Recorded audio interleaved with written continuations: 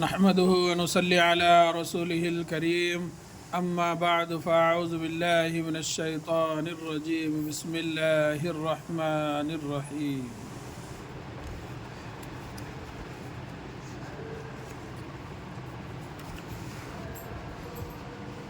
یہ حمد میں نے پڑھ کر آپ لوگوں کو سنایا ہے اور لکھ کر بھی بتلایا ہے۔ یہ ہے آج جو ہے انشاءاللہ اس کے مشکل الفاظ کے معنی پڑھیں گے۔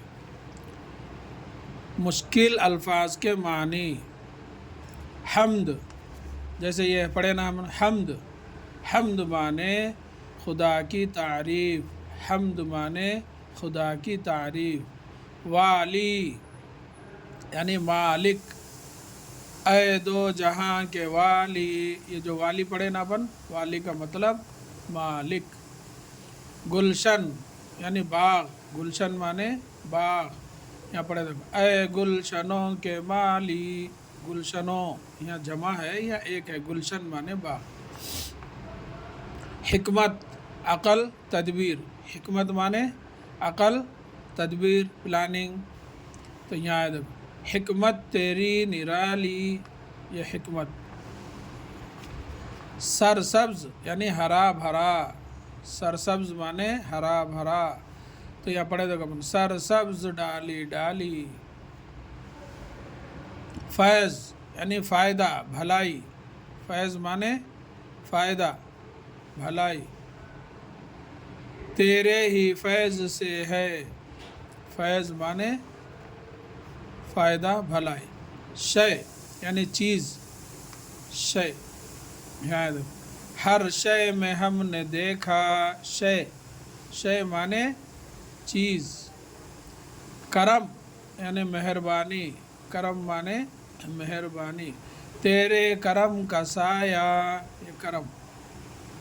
خالق یعنی پیدا کرنے والا، خالق ہے تو خدایا، مالک ہے تو خدایا، خدایا اے خدا۔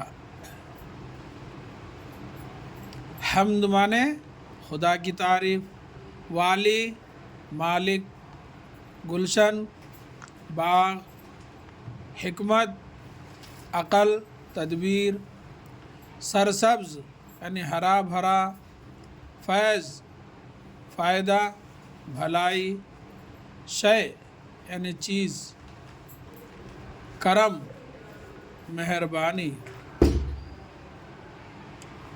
خالق پیدا کرنے والا، خدایا اے خدا۔ جواب لکھیے، دو جہاں کا والی کون ہے؟ اپن یہ سوال ہے اپنے لیے، دو جہاں کا والی کون ہے؟ تو ہم جو ہے دو جہاں کا والی اللہ ہے لکھنا۔ دوسرا سوال، خدا نے ہمیں کیا سکھایا؟ دیکھو خدا نے، یہاں دیکھو تو نے ہمیں بنایا اور سوچنا سکھایا، تو خدا نے ہمیں کیا سکھایا؟ خدا نے ہمیں سوچنا سکھایا، اس کا جواب لکھنا۔ اس نظم میں خدا کے لیے کون سے لفظ آئے ہیں؟ خدا کے لیے دیکھو والی، یہ مالی، اور جو یہ خالق خدایا مالک، یہ چیز آئے ہیں، یہ لکھنا ہے اپنا۔ اس نظم کو زبانی یاد کیجیے۔ تو یہ ہے انشاءاللہ، اس کو جو ہے کل میں آپ لوگوں کو لکھ کر بتلاؤں گا۔ اللہ تعالیٰ سے دعا ہے کہ اللہ تعالیٰ ہم سب کو اپنے حفظ و امان میں رکھے، آمین یا رب العالمین۔ السلام علیکم ورحمۃ اللہ وبرکاتہ۔